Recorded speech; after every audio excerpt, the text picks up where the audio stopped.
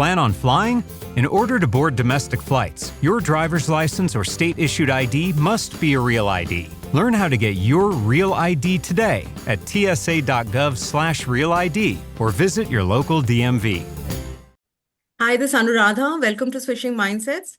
Today I'm speaking to Dr. Marcia Reynolds, Master Certified Coach and President of Co-Visioning LLC. She has provided coaching and training in 47 countries to thousands of coaches and leaders, and she's on the faculty for coaching schools in the US, Asia, and Eastern Europe. Known among the top 5 coaches worldwide, she holds a doctorate in organizational psychology and 2 master's degrees in learning psychology and communications. Marcia is a pioneer in the coaching profession and was the 5th global president of the International Coaching Federation. There's a long, long list, but the last thing I want to mention is she's also the author of 3 books: Coach the Person, Not the Problem, A Guide to Using Reflective Enquiry, Outsmart Your Brain, How to Master Your Mind When Emotions Take the Wheel, and my favorite, her first book, I'm assuming, Unexpected Angels, A 6-month Journey into Light. So hi, Marcia. Again, Hi. thank you so much for readily agreeing to do this. No, you're welcome. It's my pleasure to be here. Yeah. So I want to start on the first book because I told you I read that book, and I couldn't keep it down, Unexpected Angels. So in my head, I've still got the thrill of the 20-year-old who made it. You were arrested for selling drugs or doing drugs, and you've written so candidly, so frankly about it. It was heartbreaking. And as I was reading it, I just imagined this successful woman, right? The list of the accolades I've read out just now. So I felt so proud of that young girl. Yeah. Thank you.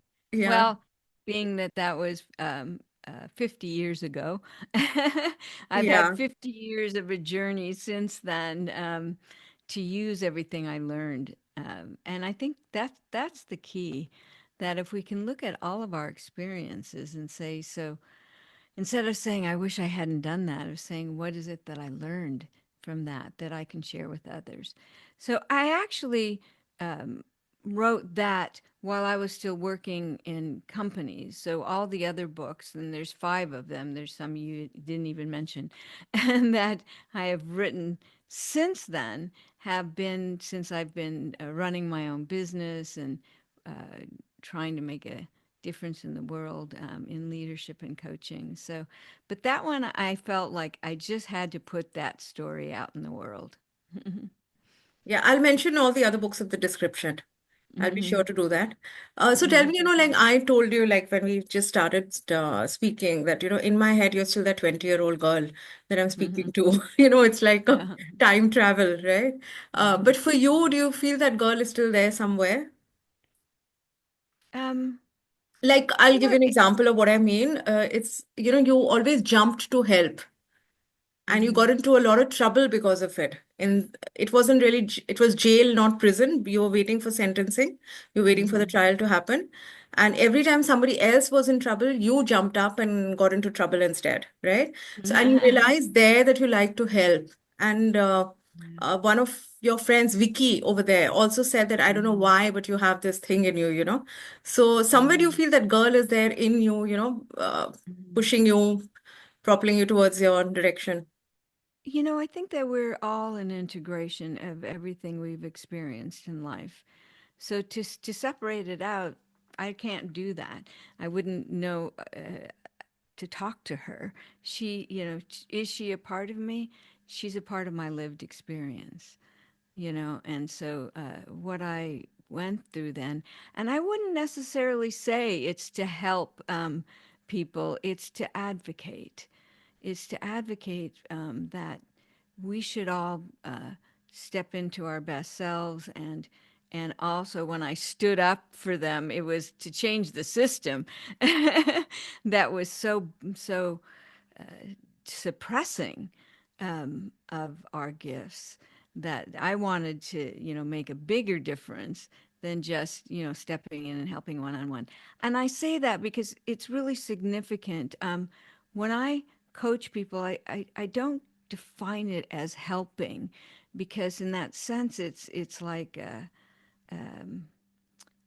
they're weaker than me. And that's just not true. So I'm partnering, that we can Yeah. walk on this path together, um, and um, and achieve good results.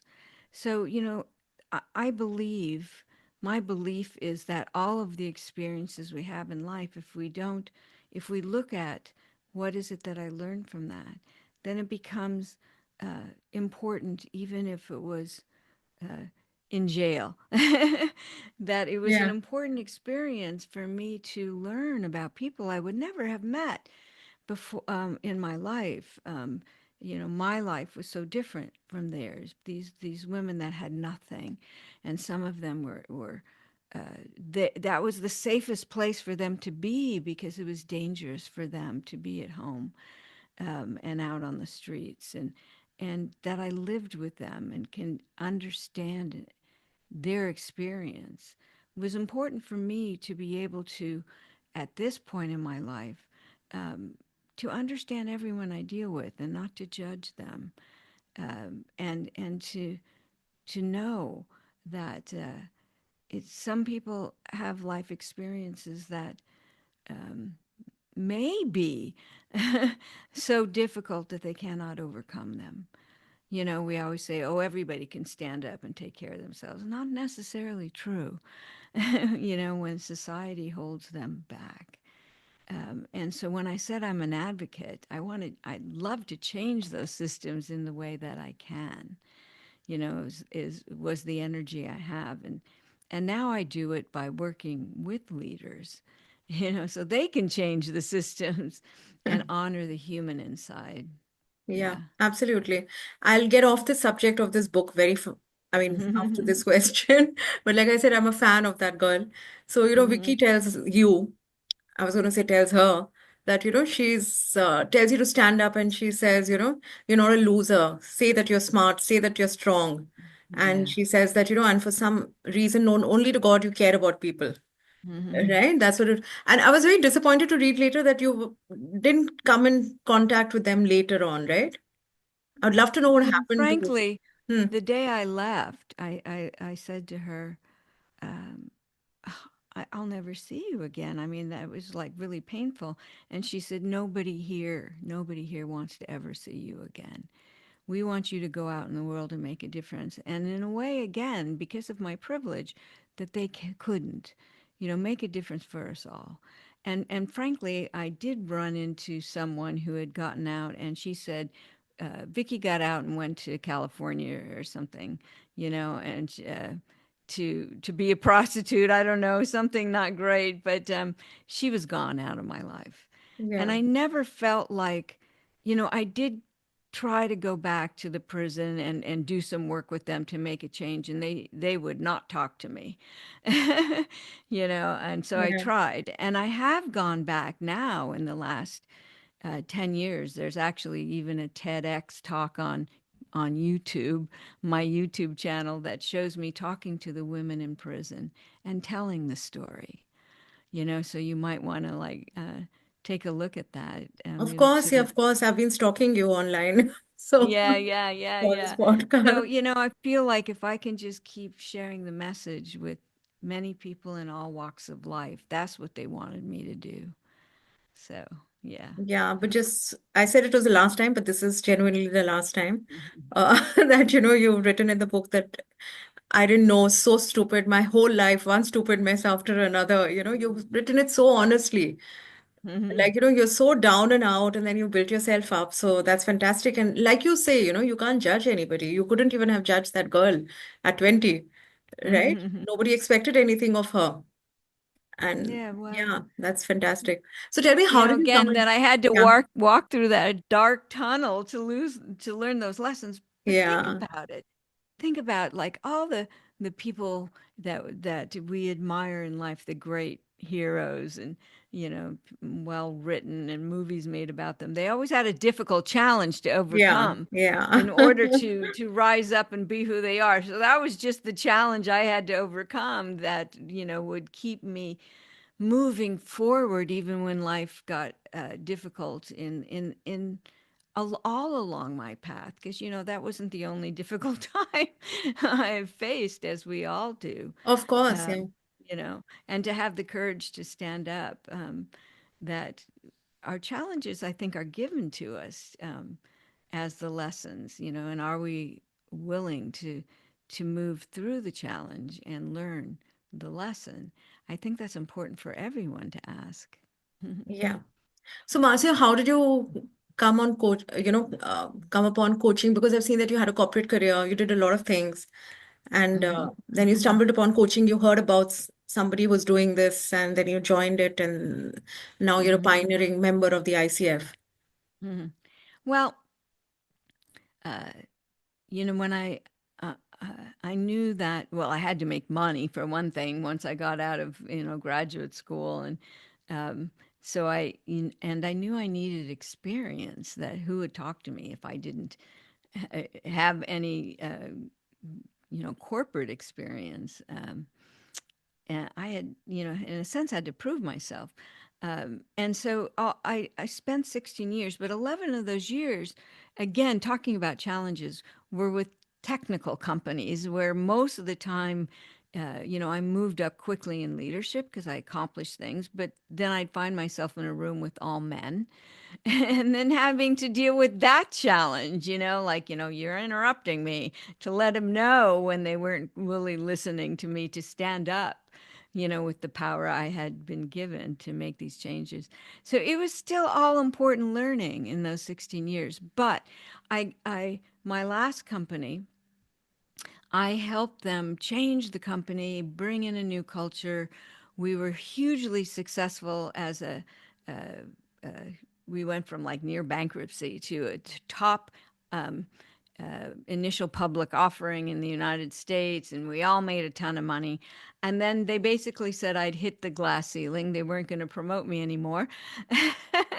And I should fix the factory and quit doing the programs I had done before because they didn't need them. And I'm like, ugh, you know what? I have more to do. So I had already decided that it was time for me to start my own business, which I knew I would do. My father was an entrepreneur. My grandparents were, entrepreneurs. And um, so I felt I was ready. So it was like when I finally said, okay, this chapter is over, I'm going to open the door to the new chapter. That's when somebody sent me an article on coaching. So I had already decided I was leaving. I didn't know that it was going to be coaching that I focused on. But understand, all those companies, I worked in training departments. So the jobs I had gotten, and I ended up running training departments, were always on helping people to learn and grow. And my second master's degree was in adult learning and instructional design. So I was very committed to researching and discovering what changes people's minds, what really prompts them to learn and grow. Because most of the time, behaviorally, people don't grow that much. As soon as it feels awkward, they go back to old behavior. So, what does it take to sustain change? So, my interest in coaching, when that article dropped in my lap, was like, maybe this is something I've been looking for that would help sustain change.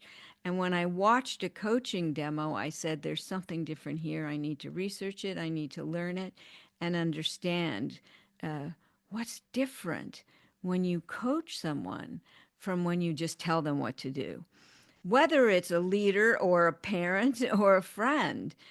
Just telling people what to do often doesn't work, So I jumped into the coaching world. Yes, I helped to, I was a founding member, one of the first members of the ICF and all of that. But even before that, I was looking at how to design training programs to teach coaching skills, and emotional intelligence came out, how to integrate that. Um, and bring this out into the world, and so it was my curiosity about what sustains behavioral change that made me commit to learning, how coaching works. And then when I saw how it works, I said, this is it. This is the best learning technology we have. See, I see coaching as a learning technology. It is not a therapy. It's not a helping in that sense. It's how we learn. And I continue my research. And as I find out new things of how do we do this well, I have to write books to share it. So, yeah, so it was all a path, a journey, based on helping people learn and grow. Yeah, so since I have you here, I'm really thrilled because I'm also certified life coach, not very active, still getting into it. So what is a life coach and what isn't a life coach? How do you define it? Because you've also written in your book about hybrid coaches, right? So they're trying Yeah, to mentor as well as coach. right. So Yes. what is a coach really? Okay. Well, I'm going to talk about coach in general, not just life coaching, because I don't even do life coaching. All my Yeah. coaching is leadership, executive coaching. But when you learn coaching skills, it's for all coaching. But the distinction of coaching is that I am not smarter than you. I do not know more than you. You know things that you're not applying or you're afraid to acknowledge. And I am your thinking partner. And most people, unless you're talking to a child with no experiences, have enough experiences in life to really like put things together in a way to solve their own problems. And so if I just help you think, I reflect to you, you know uh, what you're telling me, some of the key points. And so you said that you would really like to have a higher position, but you don't think it'll ever happen. Now they may have taken 5 minutes to say that, but I'm going to summarize it for them. And they're like, oh, yeah, well, I don't know. I suppose if I want it bad enough, it could happen someday, but that's what I need to look at. So I might then say, so, okay, so what you're looking at is that at some point, you want to be able to be a higher level leader, either where you're at or somewhere else. Is that what you want to look at? So all I'm doing is reflecting the key points and asking the questions, that help them think through in a way they cannot do for themselves, because the brain blocks us from analyzing our thinking if there's any emotions attached, because it doesn't want us to step into uncertainty and not know. We need someone outside of us to help us think. And that's the magic and power of coaching. And that's the best thing you can do. You cannot tell people how to run their life and have it always work. So especially in life coaching, that you are not their advisor or mentor, because you're going to tell them something only based on your own experiences, and your experiences are not the same as theirs. And I don't care if you've lived next door to them all your life and have the same school and religion or whatever. They have lived a different life than you. And so it's dangerous to get into thinking, oh, I know what's best for this person, because you don't know. They know, but they're afraid to acknowledge it. When people come to you and say, I have a decision to make, 95% of the time, it's not that that they need to make the decision. It's that they have to have the courage to step into the decision they already know they want to make. And so we help them uncover that, reveal that that's what they need, and to then move forward on the path that they really want for themselves. And that's so powerful, much more powerful than mentoring and telling. And sometimes I will get, like during the pandemic, I had a number of leaders that they were first level leaders and were promoted like 2, 3 steps up, and really had never dealt with a leadership team. And, there were things they did not know. And so we agreed half hour, I would coach you. And then half hour, if there's things that you needed, I would mentor you. And always after, 4 to 6 weeks, um, you know, a month or so, they would say, okay, I'm done with mentoring now, just coach me. Because they found that, and they got what they needed. They got the information that they needed, but now they had to implement it, and they needed coaching on that.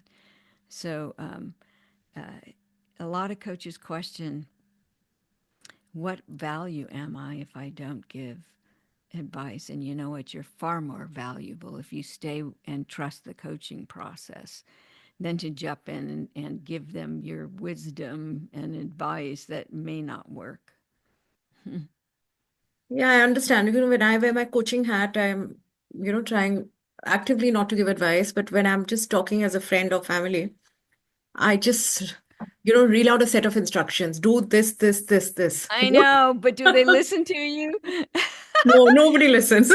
You know what? I know a woman who Yeah. wrote a wonderful book called Parent as Coach. You know, Yeah.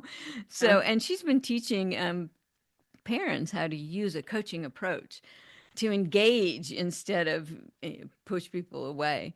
You know, that maybe you can still tell them, well, this is what I need you to do. Bottom line, this is what has to happen.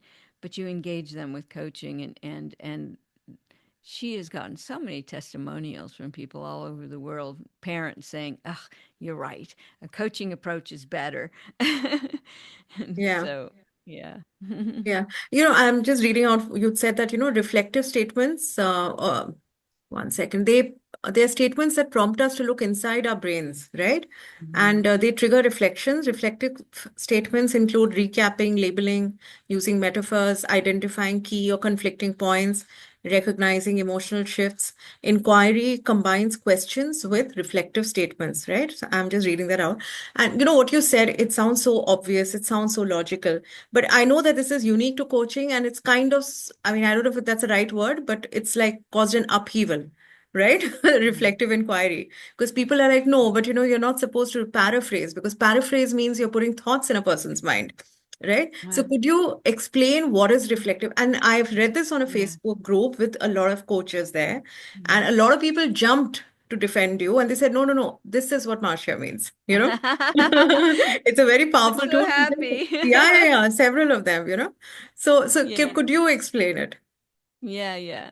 Um, really the paraphrase is still part of a summary and it's never, ever, ever, ever, ever based on something they did not give me.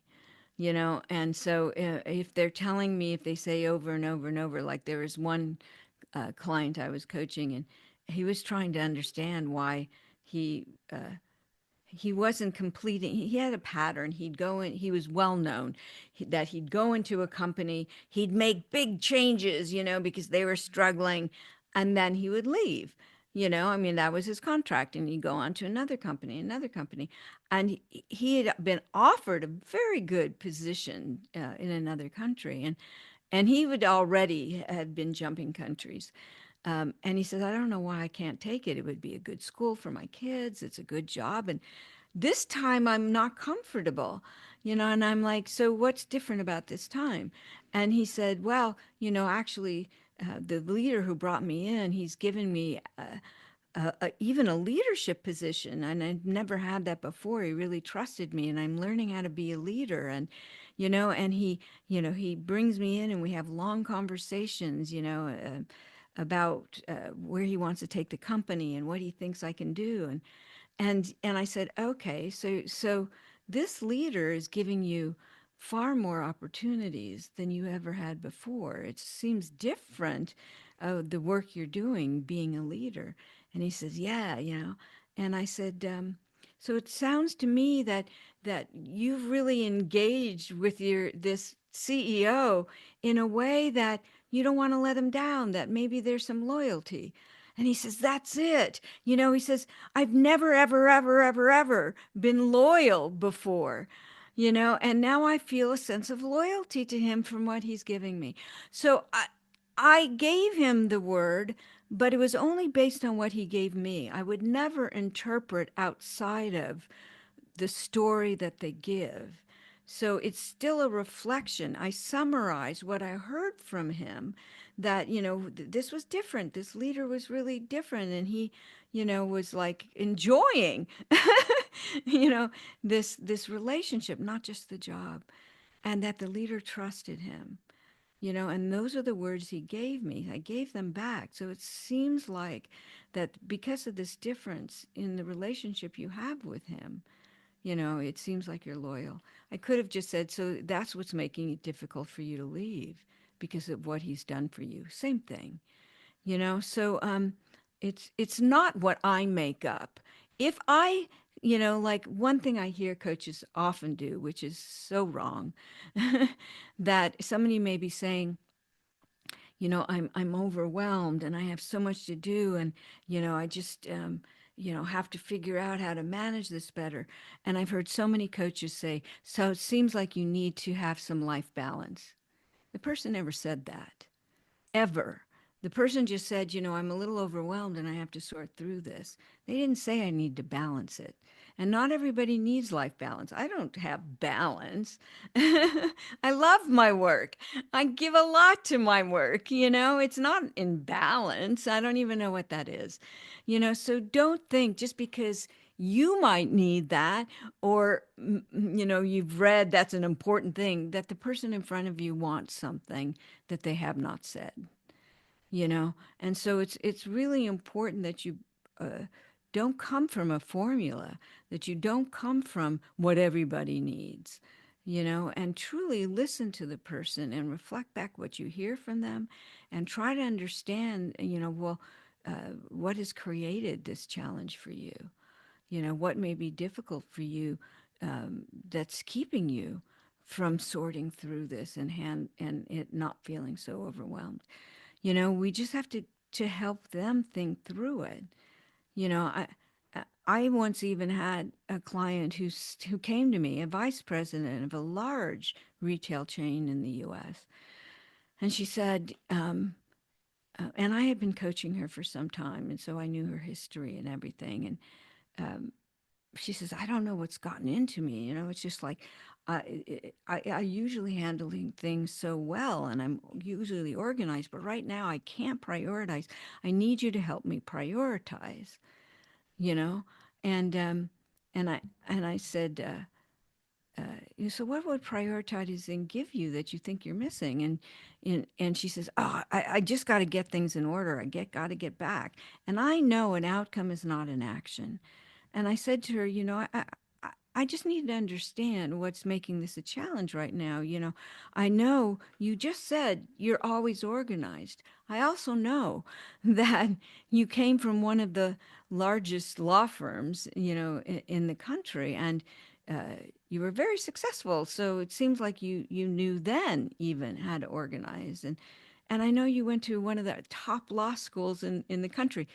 In order to get through that law school, you must have known. So what is it that you've done in the past that you feel, you know, is stopping you from doing it now? And she said, oh,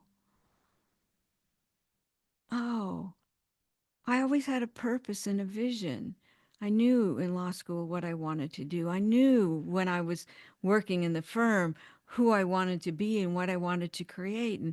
And I came in here with a vision of what I needed to learn about retail because my husband and I wanted to start a restaurant.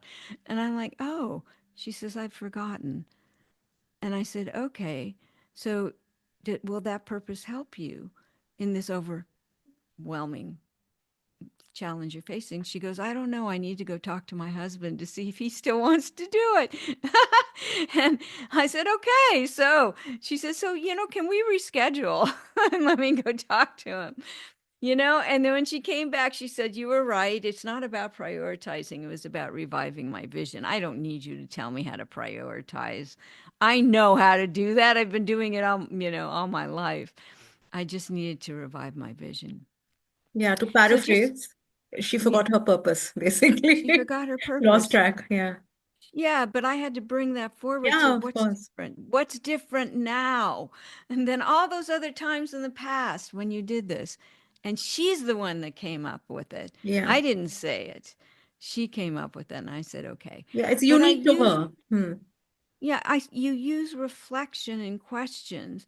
Let them discover, because you're using a different part of the brain that's going to give them, once they discover this, it'll give them the confidence to move forward.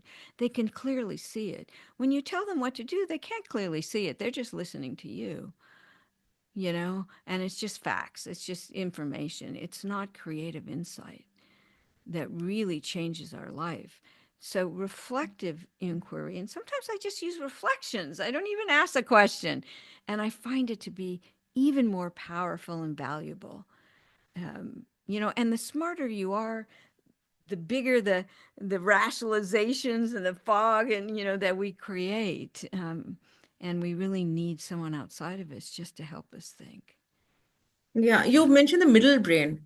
You said that that's where Mhm. long-term memory is stored and that gets activated when you use reflective inquiry. So you tap into that and Well, it's yeah, long-term memory and emotions are in the middle brain. yeah. Um, yeah, so what's happening is that you can, like, the neuroplasticity is in the middle brain. It's not in the cognitive brain. The cognitive brain is just a container where we store facts and think and analyze with what we already know.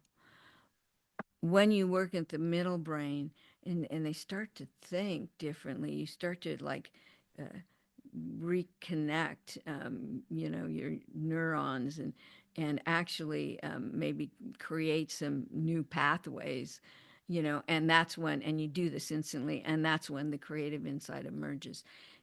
And that creative insight won't go away. You won't forget it. In your cognitive brain, if I tell you what to do, all day long you're reading things, you're listening to people, and when you go to sleep your brain throws out at least 80% of what you learned in the day, because it has to cleanse, it has to purge so you can take in more tomorrow. So whatever I tell you what to do, there's only a 20% chance you're going to remember. And when you try to remember, you're not going to remember it exactly how you told me. So it's not very effective learning of just using the cognitive short-term memory.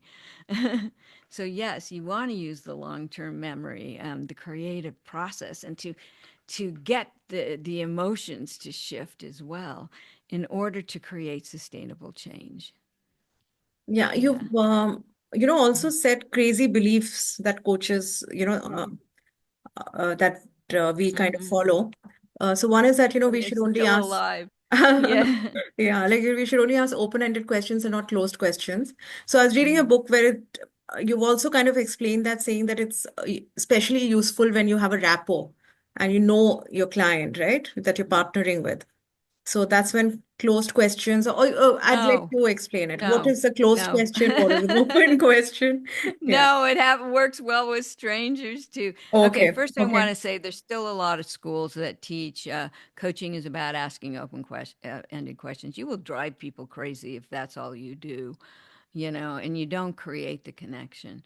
So, close questions, and I was taught this in my school, that, and when we wrote the ICF competencies, we said there should be more open questions than closed questions. We never said don't ask closed questions. That was never there, and it's not there now. That when I'm clarifying, then I'm getting you to drill down into what it is you want and what's getting in the way. Closed questions are really useful in clarifying. Once we clarify what you really want and what's getting in the way, then the questions are fully open. But when I say to you, like when I said to the guy, so you know, so it sounds like you're struggling because you have this relationship with your boss and you have some loyalty there. And is that it for you? That's a close question. I don't even think I used a question. I just said that, and he was like, yeah, loyalty. I just used the reflection. But to say, when somebody comes to me with, like they're really struggling to accomplish something, and they say, because people are reacting this way, and and so I'm shutting down. I might say, so it sounds to me like you're struggling with how you're dealing with people, but you also have your own uh, confidence in that moment. So what is it you want to work on? How you approach people or your inner confidence? Because you said you shut down. Which one is most important to work on now? That's a closed question because I'm offering a distinction. But I was taught distinctions. And somebody said, doesn't that, aren't you directing them? It's like, no, I'm not directing them. That's what they gave me in 5, 10 minutes of them, blah, blah, blah, blah, blah. I'm just narrowing in on what is it you really want here? And Yeah. I'll tell you something, when I offer an external and an internal, they almost always take the internal. I need to work on myself. Okay. So is that what you want to work on in our time together? And that's the agreement. I don't ask up front, what do you want out of our session? They don't know. They're just going to tell you the problem. But when we finally nail down what they want to work on, then I'll say, is that how you want to spend your time in this session? And that's the agreement. So I coach to the coaching agreement. I don't think they're going to know it up front. Um, and so I'm narrowing it down. I'm clarifying. What do you mean by that? When you said um, nobody, nobody respects you. What is respect in that moment? What is it you think you're not getting? I want to understand their meaning of the key words they use. Um, and to really listen in to what is it they want that they don't have now. I need to reflect and ask, is that right? Is this what you want to work on? These are closed questions. They're very important that we clarify and drill down to what they want and what's getting in the way before we can resolve what's keeping them from reaching their goal. Um, and at the end, we use closed questions. So what action are you willing to take right now? When are you going to do that? Um, so what I hear you saying is that you believe your first step can only be to think about it. Is what does thinking about it? Is that right that you have to go think about this more? That's a closed question. I might ask that. Okay, so what does thinking about it look like for you? you know? So I may mix some closed questions in at the end just to make sure there's a commitment. Are you willing to do this today? That's a closed question. You know, so it's more of a cognitive process up front of drilling down, and then we open it up with open questions, and then we close it back down to make sure there's progress. What action will you take? By when? And that's an important question. When are you going to do that? If it doesn't turn out like you want, what will you do next? Those are a little bit more formulaic at the end because we need to really get the commitment and close up the session. So there's, you know, uh, uh, the drilling down, the opening up, and then closing. That's really important. Um, that we demonstrate in every session, and it could take the session could be you could do that in 10 minutes. It may take 30 minutes. But my coaching does not take an hour. If you drill down well enough, they're going to have breakthroughs just in the beginning that's going to shorten the process to the end. Yeah. Thank you, Mansha. I feel like I'm in a master class right now. So thank you for that. And I know you don't have much time, so I'll just ask one final question. So, you've been, I mentioned in the beginning, you've been coaching people across US, Asia, Europe, everywhere. So tell me what is common? Like you said, we throw out these terms like work-life balance, sense of purpose, things like that. So what do you see? Is there anything or any 5 things or 10 things or 20 things that you feel people are grappling with, struggling with? What do you see across? Yeah. Well, uh, there's often the, what's next for me, and do they have the courage to do what's next? So, you work in a job, and then it gets to a point where there's no more challenge, and this happens to women a lot. So my doctoral dissertation was on smart, strong women in the workplace. So I think one of the books that's often not mentioned in coaching is my book, Wander Woman, Wander. And that's because women tend to discover that there's no more challenge here. I need to move on because the challenges have been limited. So they wander more than men. And that book, still, women from all over the world email me and said, I found your Wonder Woman book. That was so important to me, because most of the time we think women need to speak up and, don't have enough courage. Um, but what I found with the women is that they're very confident about their knowledge and their skills, but maybe they lack confidence inside. That's two different things. So having the courage to make the change and to overcome the shoulds, what society tells me, what my family tells me I should be doing, when I know what it is I want, so So a lot of people let the shoulds get in the way of their dreams, but men and women. Anytime you hear the word should, ask about it. Who's saying should? Is that your should? Who made that rule? To try to understand the should is so important.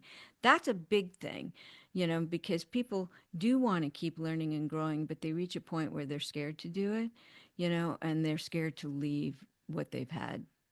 I mean, that's a little bit of security. Um, then there's often with leaders I have to have a difficult conversation and I'm afraid to have it. And what I often find is it's not so much what to do, but they're scared that they're going to be judged as being a bad leader. you know so that seems to bubble up all the time in coaching. So the I'm having a difficult time with the employees in my relationship, and I need to resolve it. But it's more about the fear of resolving it than they need to know exactly what to do. Usually, they know, they're just afraid to do it. So I think those are, the main things. And all of us are overloaded, and so we're losing sight of why we're here today, why it's important, the work you do, and that comes back to purpose. Yeah. Yeah, your book, the Outbrain, right? Sorry, I'm forgetting. Outsmart your brain. Yeah. Outsmart your brain. Outsmart your brain. Yeah, sorry. So Mhm. that has some exercises as well, I was saying. You said that Yeah. name your emotion because these days we've lost touch with emotions. I mean, I feel that with Mm. myself as well, because it's so mechanical. You're going from one thing to the next. You really don't Yeah. know what you're feeling. Like the leader that you coached, you told him that, maybe it's loyalty. You helped Yeah. him discover that, right? Yeah. Yeah. So He any was there all the practices? time. Yeah. But you know what? We're taught, and I know you know this, that we're brought up, and I was too, that, the most important thing is that you do well in school, and for me, it was not just academics, but sports. That was a big thing in with my father because I think he wanted a boy and he got me. So I was going to be it anyway. And I was good when I was younger in sports. But we had to be the best or do the best, not be. There wasn't any focus on who I am and my emotions. And then we were told, don't cry, that makes you look weak, which, you know, it's just an expression of emotion. Don't show your emotions, men and women. And so what happens is we disconnect and we don't even know how to define what we're feeling. And so a little bit of emotional intelligence is good for everyone to learn to reconnect and not to judge. There's no bad feeling. It's just an expression of my humanity. I was taught in my last company, because I'm a crier, just to walk into the room with the leaders and with your box of Kleenex and set it down and say, sometimes when things get out of hand, I might cry. Don't you worry about it. I'll handle it. Which gave Yeah. me strength. Even if I cried, who cares? So when we coach, we should never jump in and try to take care of someone when they're feeling badly. Just let them feel that way. They will go into the emotion and they'll start to come out. And then we can say, would you be willing to share what just came up for you? Don't tell them they shouldn't feel that way. So we have to deal with our own. When they cry, we may react. So I notice I tighten up when they have a reaction, release it, and just be present with them. So emotional intelligence is important for all coaches to master. And now, when ICF changed the competencies and added coaching mindset, that was a marker that you regulate your emotions, that you manage, that you know how to choose how you want to feel. At any moment, whether you're coaching or you're at home with your family, how do I want to feel at this moment? So that's why I wrote Outsmart Your Brain, and what's out now is my second edition because I really wanted to share everything I'd been learning. So, yeah, yeah, Thank you so much, Marcia. This is so valuable. I won't keep you longer, and I hope we can do this again sometime. There's so much to talk about. yeah, great. Well, thank you so much for inviting me. My pleasure.